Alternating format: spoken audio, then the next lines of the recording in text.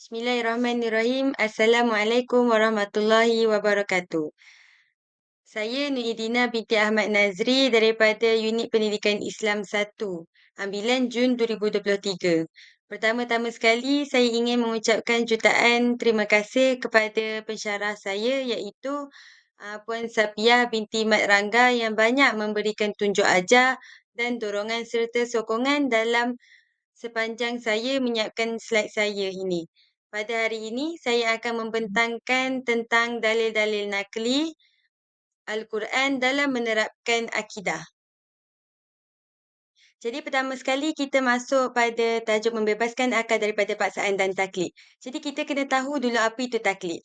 Taklid adalah mengambil atau mengikut pendapat orang lain tanpa mengetahui dalil atau hujahnya. Maksudnya kita ikut je perbuatan seseorang tu tanpa kita tahu pun kenapa orang tu buat macam tu, kenapa orang tu buat amalan macam tu. Jadi ada pendapat ulama tentang taklid ni. Ada dua pendapat ulama iaitu pendapat pertama tidak harus bertaklid, manakala pendapat dua harus bertaklid dan iman mereka diterima. Jadi, kita tengok pula pada dalil tentang taklid ni.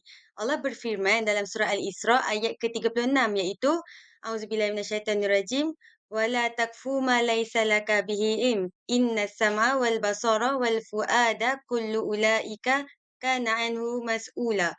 Iaitu dan janganlah engkau mengikut apa yang engkau tidak mempunyai pengetahuan mengenainya. Sesungguhnya pendengaran dan penglihatan serta hati, semua anggota-anggota itu tetap akan ditanya tentang apa yang dilakukannya. Jadi kita nampak daripada dalil Allah berfirman ni, iaitu Allah melarang bahawa kita ikut sesuatu yang kita tak tahu, yang kita tak ada ilmu tentang dia. Contohnya macam kita tengok seseorang tu sentiasa um, Contohnya, macam bila ada kenduri ke, jadi kita ikut je. Kita tak siasat pun kenapa sebab kenduri itu dilakukan. Kita tak kaji pun sebab-sebab dia. Kita ikut je. Jadi, Allah juga memberi peringatan bahawa semua anggota badan akan disoal pada hari akhirat tentang apa yang kita lakukan. Maksudnya, dekat hari akhirat nanti, kita punya anggota badan, setiap anggota badan kita, tangan, kaki, semua akan disoal. Apa yang kita lakukan selama kita hidup dengan tangan, apa yang kita lakukan guna kaki. Jadi, kita dapat simpulkan kat sini, kita tak seharusnya memberi apa-apa pandangan terhadap perkara yang kita tak tahu, yang kita tak ada ilmu. Bila ada ah, orang-orang yang bercanggahan tentang satu pendapat yang kita tak tahu pun tentang perkara tersebut, jadi kita ni hindarilah daripada ah, berhujah sekali sebab kita tak ada ilmu pun tentang tu. Kita juga seharusnya tak mengikuti atau tak melakukan sesuatu amalan tanpa kita kaji dulu apa sebab amalan itu dilakukan. Seterusnya kita lihat pada menggunakan akal untuk berfikir dan menganalisis menerusi alam nyata. Dari sini kita dapat lihat bahawa Allah ni menyuruh kita menggunakan akal yang Allah dah kurniakan untuk kita fikir, untuk kita analisis alam kita analisis apa yang Allah telah ciptakan. Contoh macam makhluk-makhluk lain. Allah suruh kita menggunakan panca indera yang Allah kurniakan ni. Macam dalam surah Al-Isra ayat 12, iaitu Allah minta hamba-Nya merenung dan memikirkan semua yang ada diciptakan dekat alam ni. Maksudnya Allah ciptakan sesuatu benda tu bukan saja-saja, ada sebab-sebab Allah ciptakannya. Jadi Allah menerangkan bahawa penciptaan siang dan malam adalah sebagai tanda kekuasaannya. Seterusnya kita tengok pula pada surah Yunus ayat 101, iaitu Allah terangkan bahawa Allah dah memberi petunjuk pada hamba-hambanya untuk merenung tanda-tanda kekuasaannya dan semua yang diciptakan di langit dan bumi. Maksudnya Allah suruh kita renungkan apa yang Allah ciptakan tu untuk kita lihat bahawa Allah berkuasa ciptakan sesuatu benda tu. Manusia macam kita ataupun makhluk-makhluk lain tak mampu untuk tandingi ciptaan Allah tu, tak mampu untuk sama dengan ciptaan Allah tu. Jadi Allah juga menyuruh kita untuk memerhati bagaimana alam ini bergerak, mentaati perintah Allah dengan memainkan peranan masing-masing. Allah suruh kita tengok, Allah suruh kita analisis. Uh, Allah ciptakan awan untuk turunkan hujan. Allah ciptakan matahari untuk menyinari bumi. Allah dah bagi peranan masing-masing kepada apa yang Allah ciptakan ni. Jadi Allah suruh kita berfikir kenapa Allah ciptakan sesuatu makhluk itu. Seterusnya, mendedahkan kepercayaan yang batil dan mengisbatkan kebatilannya, iaitu anggapan Rasulullah sebagai tukang sihir. Jadi kita dapat lihat kepercayaan yang batil, iaitu dari surah Al-Ahqaf ayat ke-7, Iaitu Allah menerangkan mengenai akidah orang kafir yang tidak mempercayai apa-apa yang disampaikan oleh Rasulullah dan menganggapnya tipu daya. Ya, dari sini kita nampak yang orang kafir ni dia anggap apa-apa yang Rasulullah sampaikan ni tak betul. Dia anggap Rasulullah ni penipu, orang gila sebab dia orang tak terima wahyu tu. Dia orang tak percaya, dia orang tak nak percaya apa yang Rasulullah sampaikan. Jadi dalil yang mengisbatkannya iaitu daripada surah Yunus ayat 61 iaitu Allah mengisbatkan kepercayaan mereka dengan berfirman bahawa apa sahaja yang disampaikan oleh Rasulullah adalah daripada Allah sendiri. Jadinya Allah dah berfirman sendiri dalam surah Yunus ni, Allah dah bagi tahu sendiri yang apa-apa yang Rasulullah sampaikan tu daripada Allah sendiri. Jadi tak ada apa yang tak benar. Apa-apa yang Rasulullah sampaikan itu semua benar kerana daripada Allah sendiri. Seterusnya kita tengok pada kepercayaan orang musyrik bahawa Allah mempunyai anak. Iaitu kita dapat tengok kepercayaan yang batil dia dari surah Al-Baqarah ayat 116. Iaitu kaum musyrik mengatakan bahawa Allah mempunyai anak, yakni Nabi Isa. Orang musyrik kata Allah ini mempunyai anak. Tetapi Allah isbatkan dia dalam surah Al-Ikhlas ayat ketiga. Iaitu yang bermaksud ia tidak beranak dan ia pula tidak diperanakkan. Yang merujuk kepada Allah. Allah menafikan tuduhan tersebut dengan berfirman bahawa Allah ni tak beranak dan tidak pula diperanakkan. Allah itu Esa. Jadi kat sini Allah dah bagi tahu, dah berfirman bahawa Allah itu Esa. Allah tak ada mak ayah, Allah tak ada anak. Jadi apa anggapan orang musyrik ini adalah tidak benar sama sekali. Seterusnya kita lihat pada membentangkan akidah yang benar dan mengisbatkan kebenarannya. Dari sini kita dapat lihat pada surah Ali Imran ayat ke-85 iaitu Allah menerangkan bahawa orang-orang yang beragama selain Islam sesat dan tidak diterima. Jadi kat sini je Allah dah bagi tahu yang Islam itu agama yang benar. Tak ada agama selain Islam. Macam kita dapat lihat dari surah Ali Imran ayat ke-19 iaitu Allah menjelaskan bahawa Islam adalah agama yang benar. Tiada agama, tiada akidah yang benar selain akidah orang-orang Islam, akidah umat Islam.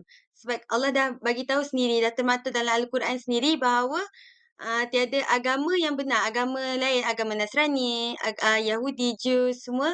Agama tu semua tak benar walaupun mereka mengatakan yang agama mereka benar. Kerana hanyalah agama Islam yang benar. Seterusnya kita masuk sejarah pemikiran akidah. Kita tengok pada zaman Rasulullah, zaman sahabat dan zaman Bani Umayyah. Pada zaman Rasulullah, persoalan tentang akidah ni, terutamanya sifat-sifat 20 Allah tidak timbul. Dan tidak banyak waktu zaman ini tidak banyak menimbulkan persoalan berkenaan Al-Quran kerana ketika ini umat-umat ketika itu, masyarakat ketika itu, sahabat-sahabat Nabi semua merujuk pada Rasulullah secara terus untuk mendapatkan jawapan pada persoalan. Manakala pada zaman sahabat pula, sahabat-sahabat menemui Rasulullah secara langsung untuk menyoal perkara yang menimbulkan kemusykilan mereka. Tapi selepas baginda wafat, muncul pecahan pendapat seperti siapa nak menjadi pengganti khalifah. Jadi, munculnya Khulafa' Rasyidin ini ketika waktu zaman Saidina Abu Bakar, pemerintahan Saidina Abu Bakar, munculnya golongan-golongan Nabi palsu seperti Musailamah Al-Kazab dan juga muncul golongan enggan bayar zakat. Pada zaman Saidina Umar pula berlakunya perluasan wilayah Islam ke serata dunia. Seterusnya, ketika zaman Saidina Usman, berlaku banyak pertelingkahan menyebabkan berlakunya pembunuhan khalifah. Ketika ini, Saidina Usman dibunuh kerana berlakunya kekacauan politik.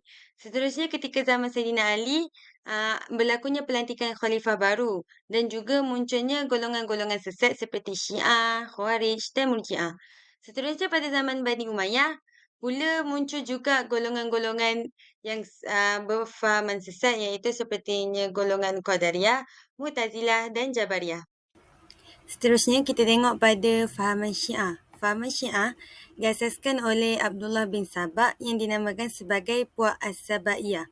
Mereka menganggap bahawa Imam 12 iaitu imam-imam mereka ini telah keluar daripada Islam kerana kelampauan mereka kepada sahabat-sahabat Nabi dan mereka mempercayai imam mereka maksum sebagaimana Rasulullah.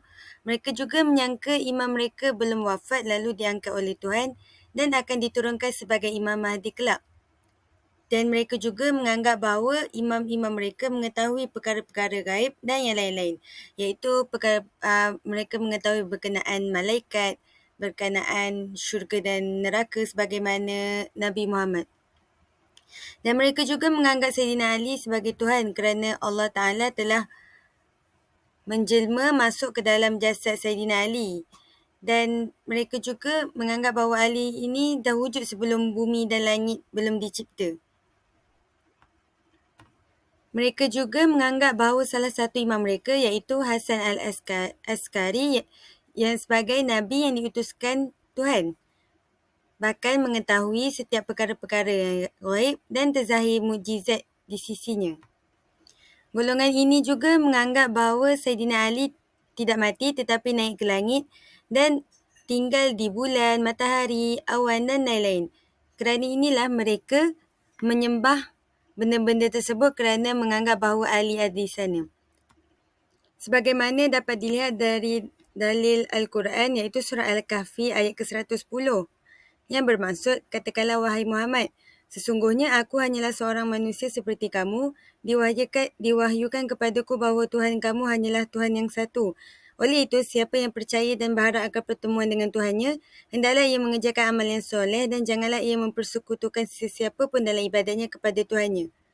Maksudnya kat sini, nak kata bahawa Nabi Muhammad sendiri mengatakan bahawa dirinya hanyalah manusia biasa seperti mana yang lain. Begitu juga dengan fahaman Syiah ini yang mengatakan bahawa Ali ini adalah Tuhan. Jadi, fahaman mereka adalah salah sama sekali. Dapat juga kita lihat dalam surah Ar-Rum ayat ke-31 iaitu, hendaklah kamu wahai Muhammad dan pengikut-pengikutmu sentiasa rujuk kembali kepada Allah dengan mengerjakan amal-amal bakti serta bertakwalah kamu kepadanya dan kerjakanlah sembahyang dengan betul dan sempurna dan janganlah kamu menjadi dari mana golongan-golongan orang yang musyrik. Kat sini Allah memerintahkan agar umat Nabi Muhammad berpegang pada ajaran yang benar dan tidak mengikut ajaran kaum musyrikin atau ajaran-ajaran yang sesat di mana seperti mana ajaran Syiah ini. Seterusnya kita tengok pada fahaman kedua iaitu fahaman Khawarij. Khawarij ini merujuk kepada orang yang keluar daripada muslimin yang berpihak kepada Sayyidina Ali daripada peristiwa perang As-Siffin.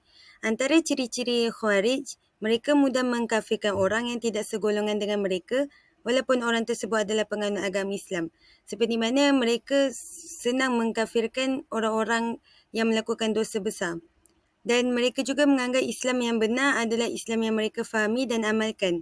Islam sebagaimana yang difahami oleh umat Islam yang Muslim yang di mana Islam kita fahami adalah tidak benar, melainkan hanya Islam yang mereka fahami. Dan mereka juga menganggap orang-orang Islam yang tersesat dan telah menjadi kafir itu perlu dibawa kembali ke Islam yang sebenarnya iaitu Islam yang mereka amalkan.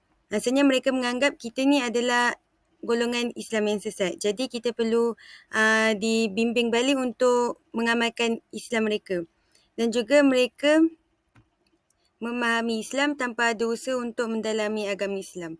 Jadi kita dapat lihat pada dalil daripada surah An-Nisa ayat ke-115 iaitu, dan sesiapa yang menentang ajaran Rasulullah sesudah terang nyata kepadanya kebenaran petunjuk yang dibawanya dan ia pula mengikut jalan yang lain dari jalan orang-orang yang beriman, kami akan memberikannya kuasa untuk melakukan kesesatan yang dipilihnya dan pada hari akhirat kelak kami akan memasukkannya ke dalam neraka jahanam dan neraka jahanam itu adalah seburuk-buruk tempat kembali. Jadi kat sini Allah dah berfirman bahawa mereka yang menentang ajaran Rasulullah seperti mana yang ajaran Islam yang dibawa oleh Rasulullah ini, Allah akan berikannya pilihan untuk mengamalkan ajaran yang mereka pilih dan pada hari akhirat Allah akan memasukkannya ke dalam neraka jahanam. Dan seterusnya kita dapat lihat dalam surah Al-Ma'idah ayat ketiga iaitu, pada hari ini telah aku sempurnakan agamamu untukmu dan telah aku cukupkan nikmatku bagimu dan telah aku redai Islam sebagai agamamu. Maksudnya kat sini Allah berfirman bahawa tiada agama lain yang Allah redha melainkan agama Islam. Seterusnya kita lihat pula pada fahaman Qadariyah. Golongan pengamal fahaman Qadariyah ini percaya bahawa tak ada campur tangan Tuhan dalam segala perkara yang dilakukan manusia. Maksudnya apa-apa yang terjadi dekat muka bumi ni adalah semua manusia yang lakukan. Apa yang terjadi semuanya bukan kehendak Tuhan. Jadi golongan ni percaya manusia mempunyai kemampuan untuk bertindak. Manusia juga mempunyai kemampuan untuk membuat pilihan dan manusia membuat keputusan untuk berbuat baik atau buruk tanpa melibatkan Allah. Maksudnya orang tu baik ke, orang tu buat buruk ke, tak ada langsung pelibatan Allah dalam amal perbuatan tersebut. Jadi fahaman Qadariyah ni diorang berpegang pada, diorang mensalah tafsir pada surah Al-Kahfi ayat ke-29 iaitu, dan katakanlah wahai Muhammad, kebenaran itu ialah yang datang dari Tuhan kamu. Maka sesiapa yang mahu beriman, hendaklah ia beriman, dan sesiapa yang mahu kufur ingkar, biarlah dia mengingkarinya. Jadi berdasarkan fahaman mereka tadi, Allah isbatkannya dengan surah At-Taubah ayat ke-51 iaitu, katakanlah wahai Muhammad, tidak sekali-kali akan menimpa kami sesuatu pun melainkan apa yang telah Allah tetapkan kepada kami. Dialah pelindung yang menyelamatkan kami, dan dengan kepercayaan itu, maka kepada jualah hendaknya orang-orang yang beriman dan bertawakal. Iaitu maksudnya Allah, apa-apa yang berlaku yang ditetapkan itu adalah tetapan Allah bagi makhluknya. Seterusnya kita lihat pada fahaman Jabariyah, iaitu perkataan Jabar ini berasal dari kata Jabara yang bermaksud memaksa dan mewajibkannya melakukan sesuatu. Dari segi istilah, Jabariyah bermaksud penafian hakikat perbuatan kepada hamba dan menyandarkannya kepada Allah. Jadi golongan ini ialah golongan yang berlebih-lebihan dalam masalah takdir sehingga menganggap bahawa manusia tidak memiliki kehendak dan tidak memiliki pilihan untuk berbuat. Maksudnya apa-apa perlakuan yang dilakukan tak ada kehendak manusia, semuanya kehendak Allah. Manusia ni tak mampu apa-apa pun. Jadi mereka ni mensalah tafsir daripada dalil surah Al-Anfal ayat ke-17 iaitu, maka bukanlah kamu yang membunuh mereka, akan tetapi Allah jualah yang menyebabkan pembunuhan mereka, dan bukanlah engkau wahai Muhammad yang melempar ketika engkau melempar, akan tetapi Allah jualah yang melempar untuk membinasakan orang-orang kafir dan untuk mengurniakan orang-orang yang beriman dengan pengurniaan yang baik kemenangan daripadanya. Sesungguhnya Allah Maha mendengar lagi Maha mengetahui. Jadinya kat sini mereka menyalah tafsir bahawa apa-apa yang dilakukan kita, apa-apa yang terjadi di dunia ini hanyalah perbuatan Allah, hanyalah kehendak Allah. Jadi di sini Allah mengisbatkannya dengan surah Ar-Ra'd ayat ke-11 iaitu, sesungguhnya Allah tidak mengubah apa yang ada pada sesuatu kaum sehingga mereka mengubah apa yang ada pada diri mereka sendiri. Jadi kita lihat pula pada fahaman Mu'tazilah. Mu'tazilah ni adalah proses bagaimana golongan-golongan ini mengutamakan akal berbanding nas-nas syarak. Maksudnya mereka ini bergantung pada akal mereka untuk menentukan sesuatu hukum. Jadi Mu'tazilah ini mengatakan bahawa Allah tidak menciptakan kecuali perkara yang baik-baik sahaja. Mereka juga berpendapat bahawa pelaku dosa besar tidak boleh dihukum beriman, sebagaimana mereka juga tidak boleh dihukumkan kafir. Sebaliknya, golongan-golongan pelaku dosa besar ni digelar fasik dan akan kekal di dalam neraka walaupun mereka beriman kepada Allah dan Rasulnya. Jadi pada pendapat mereka, orang-orang yang melakukan dosa besar ni, walaupun mereka dah bertaubat ke apa, mereka tetap akan digelar fasik dan tetap akan kekal dalam neraka. Jadi mereka ini menyalah tafsir daripada dalil surah An-Nisa ayat ke-93 iaitu, dan sesiapa yang membunuh seorang mukmin dengan sengaja, maka balasannya ialah neraka Jahanam. Kekal ia di dalamnya dan Allah murka kepadanya dan melaknatnya serta menyediakan baginya azab seksa yang besar. Jadinya Allah mengisbatkan mereka punya fahaman ini dengan surah Yunus ayat ke-37 iaitu, dan bukanlah Al-Quran ini sesuatu yang boleh diada-adakan oleh yang lain dari Allah. Tetapi Al-Quran itu diturunkan oleh Allah untuk membenarkan kitab-kitab yang diturunkan sebelumnya dan untuk menjelaskan satu persatu hukum-hukum syarak yang diwajibkan ke atas kamu. Tidak ada sebarang syak dan ragu-ragu pada Al-Quran itu tentang datangnya dari Allah, Tuhan yang mencipta dan mentadbirkan sekalian alam. Maksudnya Allah nak berfirman bahawa apa-apa yang terkandung di dalam Al-Quran ini tiada keraguan baginya. kerana memang Allah dah turunkan Al-Quran sebagai pedoman dan panduan hidup manusia. Jadi ini bertentangan dengan fahaman Mu'tazilah ini yang hanya berpegang pada mengutamakan akal berbanding nas-nas syarak. Okey, seterusnya fahaman Murji'ah. Murji'ah ni dia mempunyai dua maksud, iaitu menangguhkan dan pengharapan. Jadi iman golongan fahaman Murji'ah ni adalah tasdik, iaitu membenarkan di dalam hati saja, atau tasdik berserta nutuk, iaitu ikrar dengan lisan saja. Adapun amal perbuatan mereka ni tidak termasuk di dalam hakikat iman. Jadi mereka ni menganggap fahaman mereka ni menganggap bahawa iman ni tidak bertambah dan tidak juga berkurang. Jadi mereka juga menganggap pelaku maksiat namun mempunyai keimanan yang sempurna tidak akan dimasukkan ke dalam neraka. Ini kerana mereka menganggap bahawa iman golongan-golongan yang mengamalkan fahaman Murji'ah ini tidak naik dan tidak juga turun. Jadi bagi mereka walaupun seseorang melakukan dosa besar secara berkali-kali dan tidak bertaubat, mereka tidak akan dimasukkan ke dalam neraka.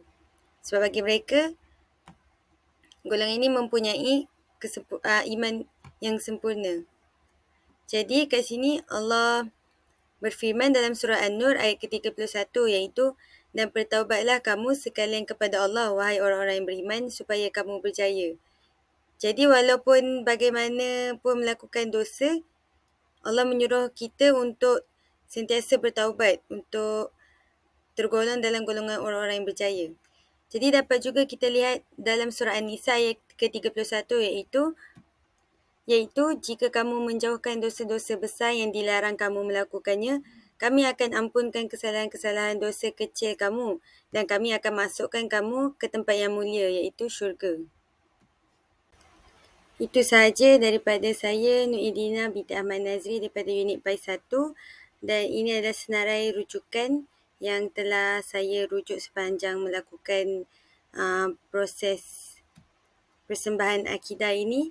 Dan tidak lupa juga jutaan terima kasih kepada pensyarah saya, iaitu Ustazah Safia binti Mat Rangga, kerana telah banyak menyokong dan mendorong saya untuk melakukan slide ini. Sekian, terima kasih.